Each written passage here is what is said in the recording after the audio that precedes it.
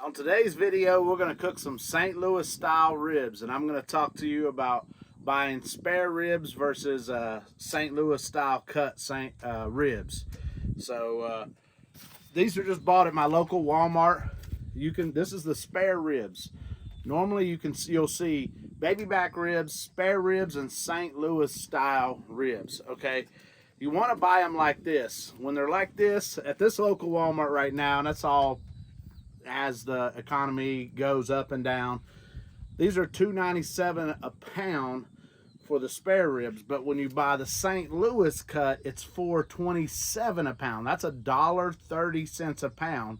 You're actually getting less meat for more money. All right, and I'm going to break that down for you. So here's the St. Louis style cut. This is the spare ribs cut right here, and we're going to break it down into a St. Louis style rib. All right, so what you do here, this right here, which is commonly used for the rib tips, what I'll do is I'll take a score here, try to put it right here so you can see it, where the end of those bones are, right? So I'll score it like this, I want to straighten it out, so I'll score all the way across there, boom, and then I'm going to come in here and just cut it.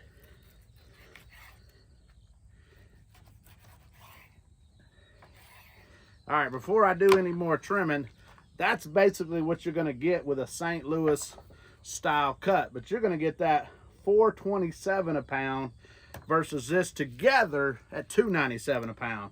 Look how much meat is off of there that's wasted, right? I get this for $2.97 a pound. All right, my wife, you can use this for rib tips. I usually save it for my wife. She makes some different soups out of it that we like. So I chop this up, put it in a Ziploc bag or a vacuum saver, Vac Master. I have a Vac Master that I'll seal it up and put it away in the freezer for her. But so you saw how quick and easy it was for me to cut that. Super quick and easy.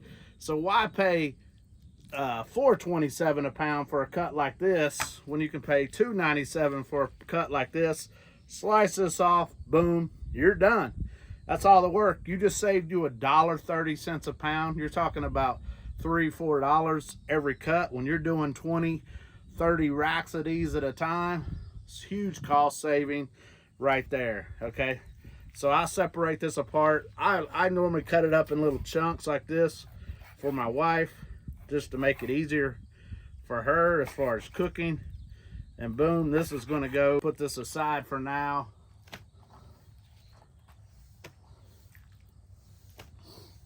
All right, now I'm going to show you the rest of the trim that I do with mine. So this little flat meat here, which is good meat, I like to put this right on the smoker, season it up, and this nice little snack in between while we wait for these ribs to cook, right? So boom, we'll set that aside right there. All right, and then I even up the rack, okay? So this first bone on the big side, the big bone side, I always take off that first bone. And when I take it off, I take it all the way up to the edge of the bone, slice that off, boom. That goes in that scraps for my wife, right? Then we're gonna come over here. This stuff right here, it's thin, it's gonna not cook, so I usually come in, once again, a bone or two, about a couple bones in and figure it out. I'll go right up to the bone, cut it, boom. That's in that scrap pile for my wife. And pretty much, before we start cleaning it up, that's your St. Louis style cut ribs. Obviously, if I was doing competition, I'd get a little more in depth in this, but this is not competition. This is just straight backyard. Let's cook some St. Louis style ribs and get it going, right? So clean it up.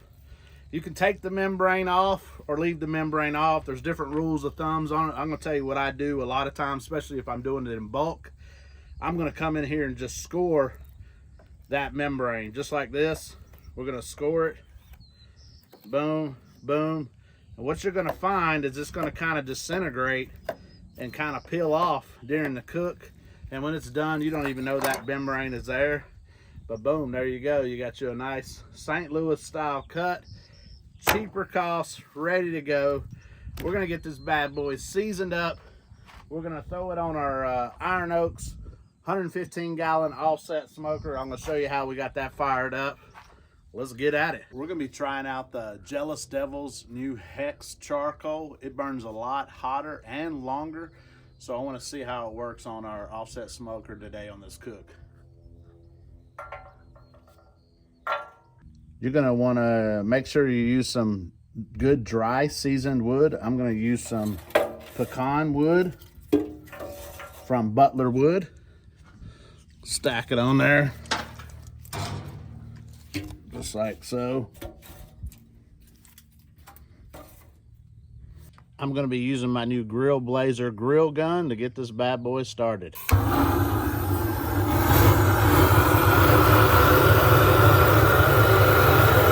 As far as seasoning goes, I like to use my pork and rub when I'm cooking for a crowd. We've got some friends and family coming over today, so I like to keep it mild. So I use our pork and rub. It's great on chicken too. It actually just won first place chicken seasoning in Barbecue News magazine, so a very versatile rub. You can use a binder or not a binder, that's up to you. I'm not using a binder today.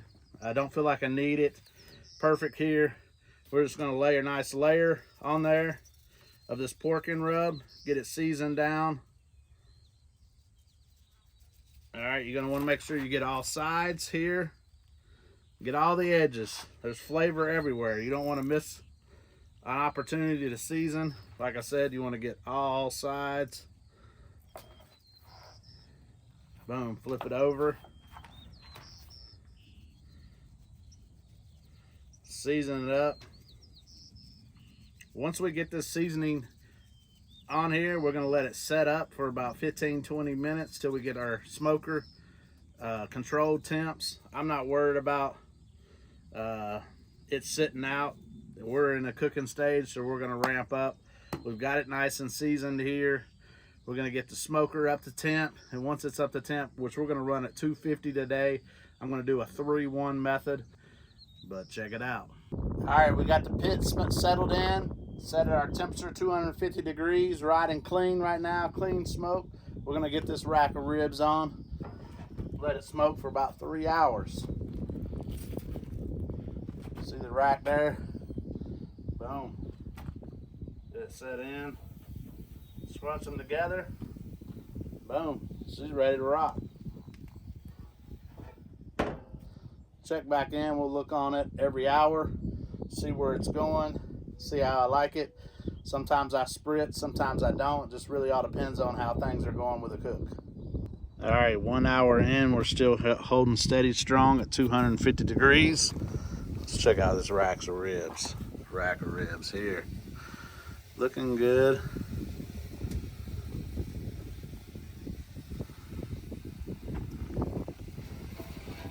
Kind of look at it real quick here.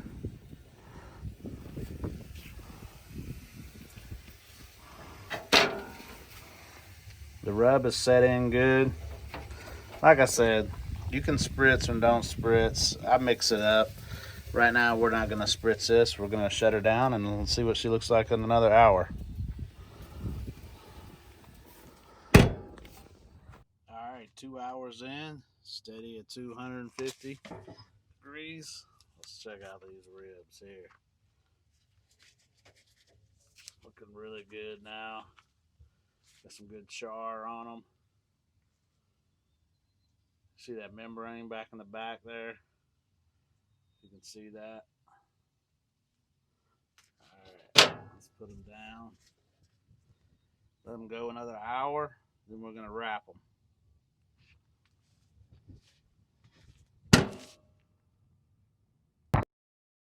Hours in, let's check these ribs. All right, looking good. Still nice and juicy here. See that flop? Got a nice little flop to it already. They're not bending over backwards yet, but they're perfect. I got enough smoke on them. Now it's time to wrap them. All right, put the racks down here. I'm going to kind of show you how I wrap mine. I do it a little different sometimes. I mix it up, sometime frame. But what I like to do is I I do about a quarter a cup of brown sugar, or a handful is what it comes down to. It's right at about a quarter a cup right there. We're going to put in a couple pats of butter here.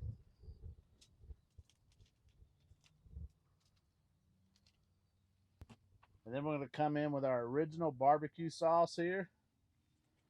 All right. I like to pour that right over top, like so.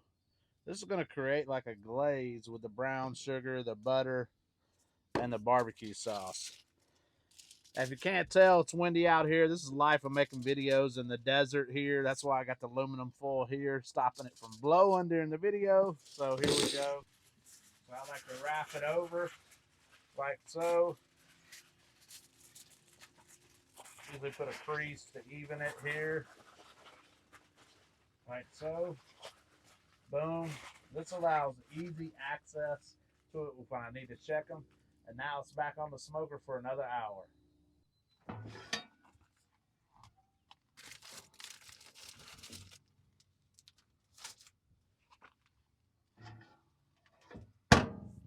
All right, time to pull these ribs off.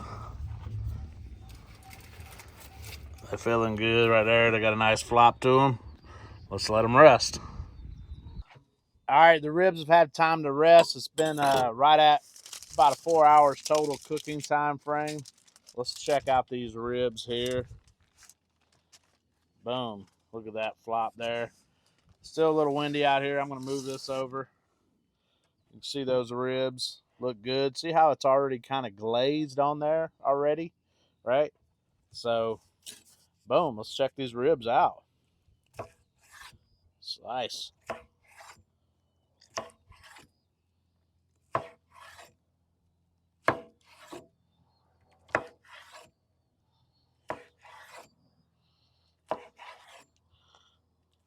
As you can see, they cut like butter.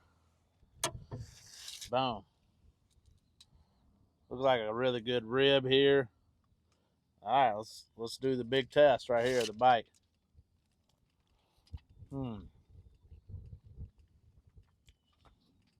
Man, incredible rib.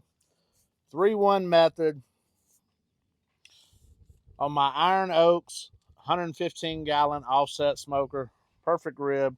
Hope you enjoyed this video. I'm going to enjoy these ribs. Please like and subscribe and follow me along and watch the rest of my videos. Oh, yeah.